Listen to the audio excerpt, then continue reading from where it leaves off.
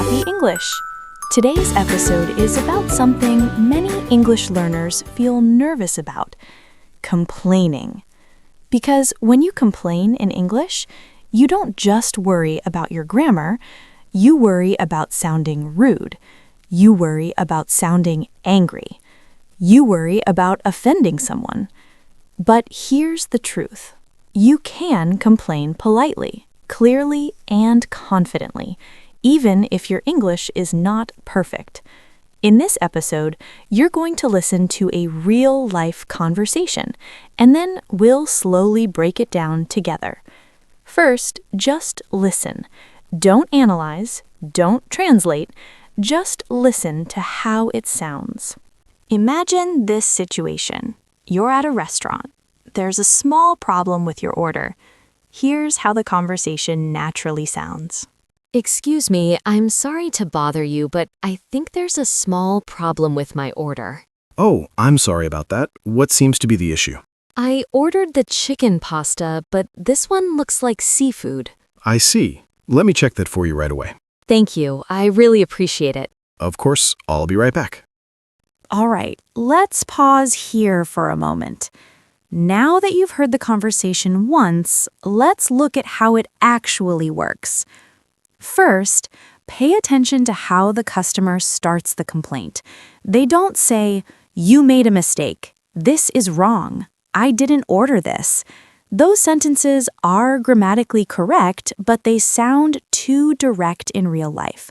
Instead, the customer says, "I'm sorry to bother you, but..."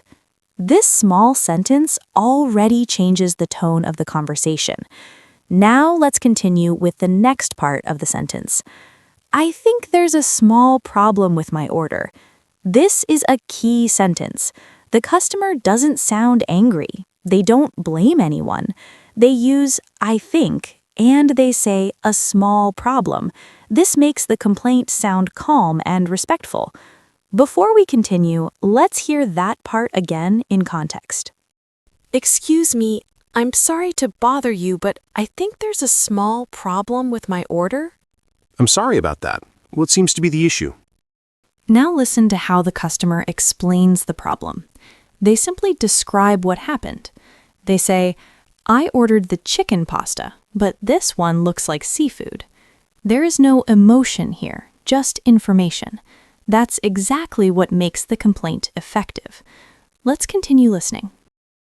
I ordered the chicken pasta, but this one looks like seafood. I see. Let me check that for you right away.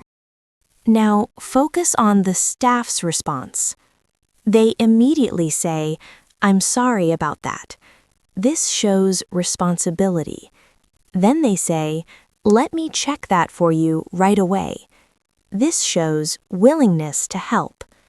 Because both sides stay calm, the situation stays friendly. Now let's listen again, but this time more slowly. Take your time here. You can repeat if you want, or just listen carefully. Excuse me, I'm sorry to bother you, but I think there's a small problem with my order. I'm sorry about that. What seems to be the issue? I ordered the chicken pasta, but this one looks like seafood. I see. Let me check that for you right away. Now the staff comes back with more information. Here's how that part sounds. Thank you for waiting. It looks like there was a mix-up in the kitchen. I understand. These things happen. We'll prepare the chicken pasta for you immediately. Would you like to keep this dish, or should I take it away? You can take it away, please. Thank you very much. Of course. It won't take long. Before we finish, let's say one key sentence together one last time. "I'm sorry to bother you, but I think there's a small problem with my order." Good. Now let's recap. When you complain politely in English, you start politely, you soften the problem, you explain the facts, and you stay calm. You don't need perfect English, you just need the right tone. Thank you for listening to Miss Happy English. If this episode was helpful, save it and listen again when you need it. I'll see you in the next episode.